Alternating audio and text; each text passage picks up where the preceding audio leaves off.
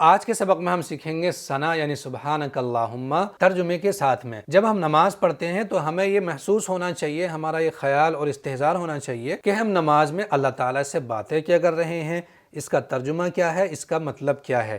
یہی آج کے سبق میں ہم سیکھنے والے ہیں۔ سبحانک اللہم وبحمدک، اے اللہ تیری ذات پاک ہے خوبیوں والی، وتبارک اسمک، اور تیرا نام برکت والا ہے، وتعالی جدک، اور تیری شان اونچی ہے، ولا الہ غیرک، اور تیرے سوا کوئی معبود نہیں۔ یہ تو ہم نے ترجمہ سمجھا ہے، ڈیپلی جا کر کے اور سمجھتے ہیں ڈیٹیل کے اندر کہ اس کا مطلب اور معنی کیا ہے۔ اے اللہ تیری ذات پاک ہے، یعنی نماز میں ہمارا یہ خیال ہونا چاہیے کہ اللہ تعالی ہمارے بہت قریب ہے، بہت نزدیک ہے، اور ہماری ساری باتوں کو سن رہا ہے، اور میں اللہ تعالیٰ سے بات کر رہا ہوں، اور میں اللہ تعالیٰ سے کہہ رہا ہوں کہ اے اللہ تیری ذات پاک ہے، یعنی اے اللہ تو پاک ہی پاک ہے، جتنی بھی پاکیاں ہو سکتی ہیں وہ سب تیری ذات میں ہیں، اور جتنی ناپاکیاں ہیں ان سب ناپاکیوں سے بھی تو پاک ہے، اور تیری ذات خوبیوں والی ہے۔ جیسے ایک انسان ہے اور اس کے اندر کچھ اچھائیاں بھی ہیں اور کچھ برائیاں بھی ہیں،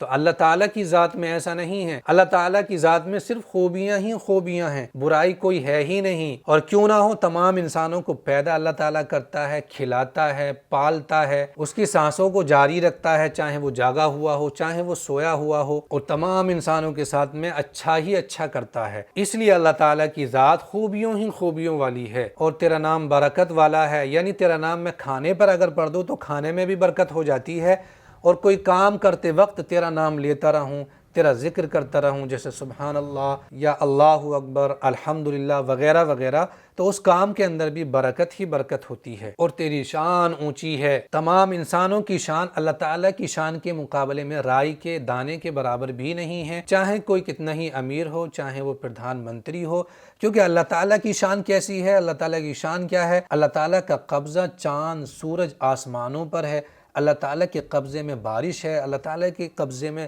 رات اور دن ہے، اللہ تعالیٰ کے قبضے میں تمام انسانوں کی سانسیں ہیں۔ اللہ تعالیٰ ہی ہے جس نے جانوروں کو، پھولوں کو بنایا، اور ان جانوروں کو آج بھی پالتا ہے۔ تو کوئی انسان کتنا بھی بڑا کیوں نہ ہو، اللہ تعالیٰ کی ذات کے شان کے مقابلے میں کسی انسان کی شان کوئی معنی نہیں رکھتی۔ اور تیرے سوا کوئی معبود نہیں، کیا مطلب ہے اس لائن کا؟ جس کی ذات پاک ہو، اور جس کی ذات میں خوبیاں ہی خوبیاں ہوں، اور جس کے نام میں بھی برکت ہو، اور جس کی شان بہت بلند ہو، تو اس کے علاوہ کوئی اور کیسے ہو سکتا ہے جس کی عبادت کی جائے؟ یہ ساری باتیں ہم اللہ تعالیٰ سے کر رہے ہوتے ہیں نماز کے اندر۔ تو اب ہمیں کرنا کیا ہے؟ جو نماز کے الفاظ ہیں سبحانک اللہم وغیرہ، اور جو اس کا ترجمہ ہے، یہ ہمیں اچھی طرح سے سیکھنا اور سمجھنا ہے، چاہے ہم مرد ہوں، چاہے ہم عورت ہوں، چاہے ہم 5 سال کے ہوں، چاہے ہم 60 سال کے ہوں، ہمیں یہ سیکھنا ہی سیکھنا چاہیے، کیونکہ اسلام کے اندر نماز سب سے بڑی چیز ہے۔ اگر ہماری نماز صحیح نہیں ہے تو پھر کچھ بھی صحیح نہیں ہے۔ قرآن میں آتا ہے کہ نماز بے حیائی اور برائیوں سے روکتی ہے، لیکن ہماری نماز برائیوں سے اور بے حیائی کے کاموں سے کیوں نہیں روک رہی ہے؟